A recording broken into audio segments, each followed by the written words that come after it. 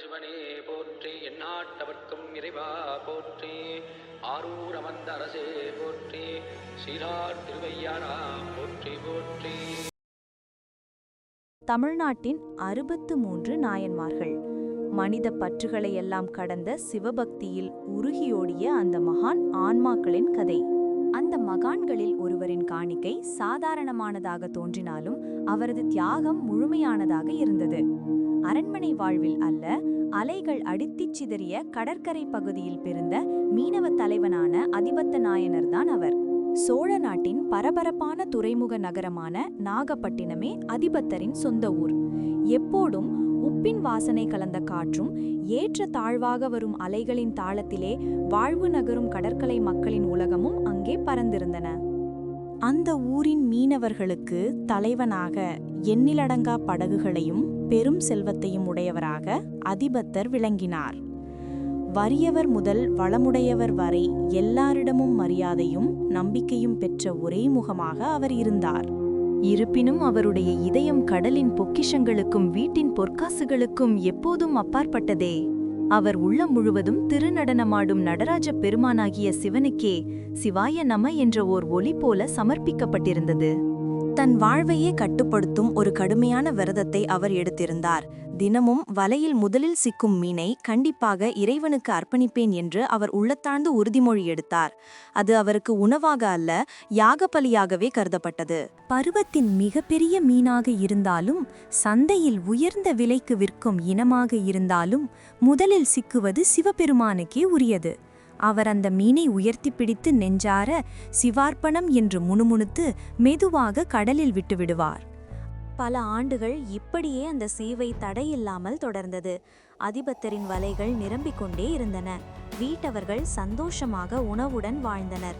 வளமான நாட்களில் பக்தியை காப்பது எளிதான செயல் போலவே தோன்றியது. அப்படியே மெதுவாக அதிபத்தரின் அதிர்ஷ்ட அலைகள் மாறத் தொடங்கின. ஒரு காலத்தில் வலைகளை நிறைத்த மீன் கூட்டங்கள் கண்ணுக்கு தெரியாமல் திசை மாற, வலைகள் காலியான கயிறுகள் போல மேலே வர ஆரம்பித்தன. நாளடைவில் அவருடைய செல்வம் சுருங்கியது. ஒரு காலத்தில் பெருமையோடு கடலை சீர்கொண்டிருந்த படகுகள் சிதைந்து கரையில் கிடக்கும் உடைந்த உடல்களாக மாறின. கிடைத்த மீன்களில் சிறந்ததாய் தோன்றும் முதல் மீன் எப்போதும் சிவார்ப்பணம் என்று உரைக்கும் ஜபத்துடன் கடலுக்கே திருப்பி அர்ப்பணிக்கப்பட்டது. இறுதியில் ஒரு நாளுக்கு ஒரு மீன் மட்டுமே கிடைக்கும் நிலை வந்தது. பரந்த வலையின் நடுவில் ஒற்றை உயிராக தடுமாறும் அந்த மீனே அந்த நாள் உடல் பசியையும் வீட்டின் பசியையும் தாங்கும் ஏகை காவலனாக இருந்தது. பட்டினியால் சோர்ந்த முகங்களும் பாவத்துடன் காத்திருக்கும் சிறு பிள்ளைகளும் அவரது இதயத்தின் கதவுகளை தட்டி எழுப்பின. இது சிவனுக்காகத்தான் என்று மனம் முழுதும் உருகி அவர்தம் கைகளால் மீனை தூக்கி சிவார்ப்பணம் என்று நெஞ்சார சொன்னபடியே அந்த நாளின் ஒரே ஒரு உணவு துணையையும் கடலின் அலைகளில் விடுவித்தார். உடல் எலும்பாக வாடியாலும், சக்தி சுலுங்கி பசியால் கண்கள் தோய்ந்தாலும், அவரது உள்ளத்தில் எரிந்து கொண்டிருந்த சிவபக்தியின் அக்னி முன்பை விட பிரகாசமாகவே ஜுவலித்தது. கிராம மக்கள் பலர் அவரை பைத்தியமென்றே எண்ணத் தொடங்கினர். ஒரு வழிபாட்டு முறைக்காக உடலை பட்டினி போடுவது எத்தனை புத்தியீனம்! முதலில் சாப்பிட்டு வைத்து பிறகு சிவனை ஜபித்தாலும் என்ன? அவர் செய்யும் ஒவ்வொரு சிவார்ப்பணமையும் நிபந்தனையற்ற அன்பின் ஒரு வரியாகவே அவரது இதயத்தில் எழுதப்பட்டது. அன்பு எப்போதும் பேரம் பேசாது. இவ்வாறு சோதனைகள் உச்சத்தை எட்டிய ஒரு நாளில் விதி முற்றிலும் மாறப்போகும் காலை ஒன்று உதித்தது. வானமும் கடலும் அன்றைய தினம் வழக்கத்தை கடந்து ஒரு அமானுஷ்ய அமைதியில் மூழ்கியிருந்தன. அதிபத்தர் தகர்ந்த வலையை மீண்டும் ஒரு முறை கடலுக்குள் வீசினார். பட்டினி பல நாட்களாக அவரின் கைகளில் பலத்தை கவர்ந்திருந்தாலும் அவர் உள்ளத்தால் கடலை நம்பி கயிறை இழுத்தார். அப்போது வலையில் வழக்கத்தை விட கனமான ஒரு இழுப்பை அவர் உணர்ந்தார். வழக்கம் போல பெரிய மீன் ஒன்று இருக்கலாம், அதை மீண்டும் சிவார்ப்பணம் என்று சொல்லி கடலுக்கே விட்டுவிட வேண்டியதுதானே என்ற எண்ணம் மட்டும் அவருக்கு இருந்தது. ஆனால் வலையை திறந்து பார்த்த தருணத்தில் அவர் மூச்சே முட்டியபடி நின்றார். உயிர் கொண்ட துடிக்கும் மீனில்லை, முழுவதும் பொன்னால் வடிக்கப்பட்டு ததும்பும் வைரமும் மாணிக்கமும் மரகதங்களும் பதிக்கப்பட்ட தெய்வீக மங்கள மீன்தான் அந்த வலையின் நடுவில் ஒளிர்ந்து கிடந்தது. அந்த பொன்மீன் சூரிய ஒளியில் மின்னியது. ஒரு முழு நாட்டின் செல்வத்தையும் வாங்கித்தரக்கூடிய அளவுக்கு விலை மதிப்பற்ற பொக்கிஷமாக அது தோன்றியது.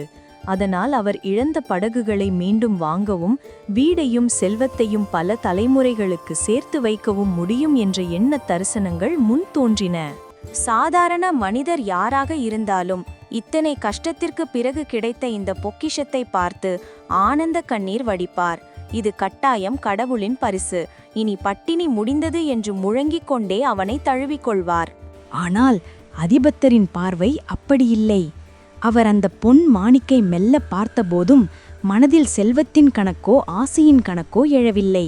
அவரது மனதில் தோன்றியது ஒரே ஒரு உண்மை: இது இன்று நான் பிடித்த முதல் மீன் என்ற அந்த ஒரே அடையாளம் அதனை மீண்டும் சிவார்ப்பணம் செய்ய வேண்டிய பரிசுத்த பலியாக அவருக்கு நினைவூட்டியது. ஒரு நிமிடத்திற்கும் உள்ளம் தளராமல் பட்டினியால் நடுங்கும் தன் உடலை நோக்கி கூட பார்வையிடாமல் அவர் அந்த கனமான பொன்மீனை இரு கைகளாலும் தூக்கி கடற்கரை நோக்கி சக்தியாக சுழற்றினார். சிவார்ப்பணம் என்று முழங்கியபடி, இது உன்னுடையதுதான் என் இறைவா எனும் உள்ளத்தின் உறக்கத்தோடு அவர் அதை பரிசாக கடலுக்கு அர்ப்பணித்தார். பொன்மீன் அலைகளை துளைத்து கொண்டு கடலுக்கு விழுந்தது. நொடிகளில் அது ஆழமாய் விழுந்து மறைந்துவிட, மேற்பரப்பில் பொற்கதிர்கள் போல விரிந்த சில அலைச்சுருக்குகள் மட்டும் தொலைவில் பரவின. கரையோரத்தில் நின்றிருந்தவர்கள் எல்லோரும் அதிர்ச்சியில் மூச்சுவிட மறந்தனர். ஆனால் அலைகள் அமைதி பெற்றபடி பின்வாங்கிய சில தருணங்களில் காற்று திடீரென நின்றுவிட்டது. வானம் இரண்டாக திறக்கப்படும் போல் மேகங்கள் பிளந்தன. 1000 சூரியனை விட பிரகாசமாய் ஒரு ஒளிக்கதிர் நாகப்பட்டினத்தின் அந்த சிறு கரையை நோக்கி நேராக இறங்கத் தொடங்கியது. அலைகள் ஒளிர்ந்தெழும் அந்த நொடியில் வானத்திலிருந்து பொற்கதிர்கள் பரவின. அந்த ஒளியின் நடுவே அலைமேல் மிதந்து நிற்கும் நந்தியின் வடிவில் திருதண்டம் தாங்கிய திருச்சிவபெருமான் தோன்றினார். அவர் அருகில் அன்னை பார்வதி தேவி பிரகாசித்தார்.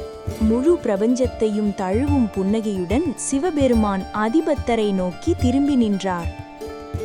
எலும்பாக வாடிய அந்த மீனவனின் மேல் அவர் பார்வை விழுந்ததும் அந்த பார்வையில் கருணையோ, அதிபத்தா என்று இறைவனின் குரல் ஒலி அல்ல, ஆனந்த சிந்தனையாகே எல்லையற்ற வெளியில் முழங்கியது. எல்லா பூமியிலும் புதைந்து கிடக்கும் பொற்குவியல்களையும் விட உன் பக்தியே எனக்கு பெரும் பொக்கிஷம். இவ்வாறு கூறிய தருணத்திலேயே சோதனை காலம் முடிந்தது.